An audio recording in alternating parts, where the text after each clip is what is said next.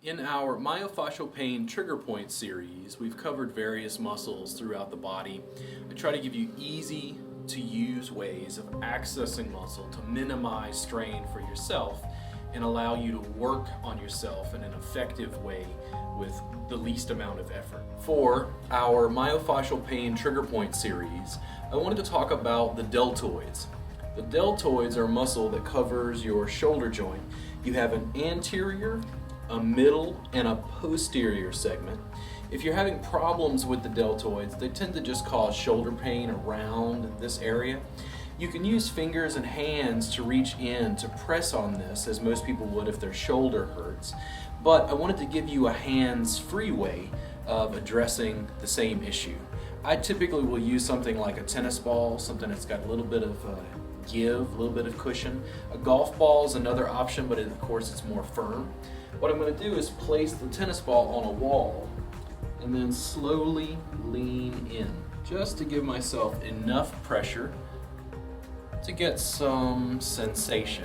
When I find a good spot, I can lean in, hang out, and breathe. As you're leaning into the wall, you can mobilize the arm in various ways, depending on what feels good to you and what you can access. When you find a good spot and you want to hang out, you can bend your knees and just lean into the wall. The movement isn't coming just from the arm. The movement is coming from squatting, moving the body. The movement is coming from my core, from my legs. It allows my arm, if I decide to find a good spot right there on me. I'm left-handed, left dominant, little tension right there. I'm leaning and pushing, using my right leg slightly into the wall there. And I'm gonna breathe.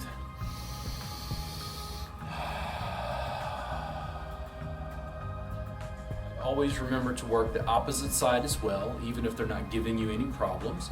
You want to be able to compare and contrast the left and right side to get a sense for what normal muscle tissue feels like if one side feels inordinately dense and the other is soft and pliable. Long term, you're trying to make both pliable.